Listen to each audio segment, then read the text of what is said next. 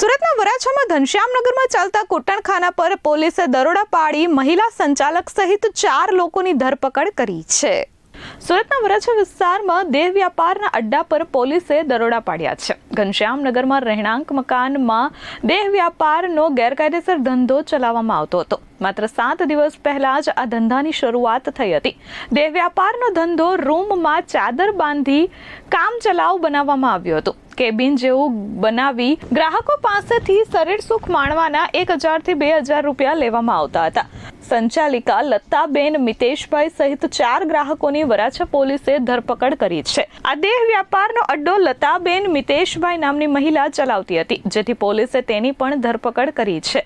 આ સાથે પોલીસે સ્થળ પરથી 3 મહિલાઓને મુક્ત કરાવી છે। વરાછા વિસ્તારમાં પોલીસે આ ત્રીજી વખત રેડ કરી દેહ વ્યાપારનો પર્દાફાશ કર્યો છે। Bureau report S24 news Surat.